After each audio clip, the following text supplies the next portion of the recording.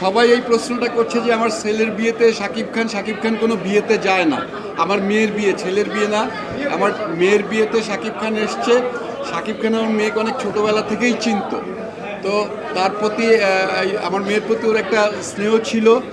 আর সবচেয়ে বড় কথা হচ্ছে যে ওই সময়টা ফ্রি ছিল, ওর কোনো শুটিং ছিল না, কাজ ছিল না, যার কারণে ফ্রি ছিল।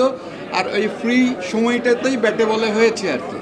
তো আমি ওই জন্য সাকিব এসছে, এবং সাকিব এসে আমার মেয়ের বিয়ের অনুষ্ঠানটার মাত্রা অনেক বেশি বাড়িয়ে দিয়েছে। আমি সেই জন্যও সাকিবের প্রতি অনেক খুশি, এবং সাকিবকে আমি বারবারই সেই জন্য হচ্ছে কৃতজ্ঞতা প্রকাশ করছি সাকিবের প্রতি।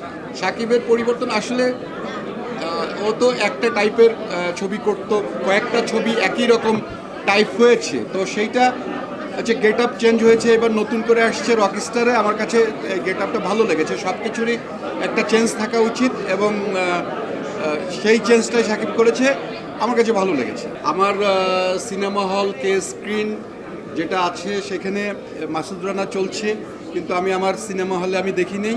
আজকে এখানে সবাই মিলে দেখার জন্য আজকের দিনটা আমি ওয়েট করেছি, আজকের দিনটার জন্য।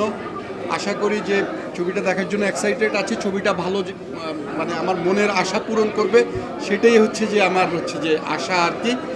আর ছোটোবেলার থেকে এই গল্পের প্রতি দুর্বল ছিলাম, এবং সেটা সিনেমায় দেখবো এখন।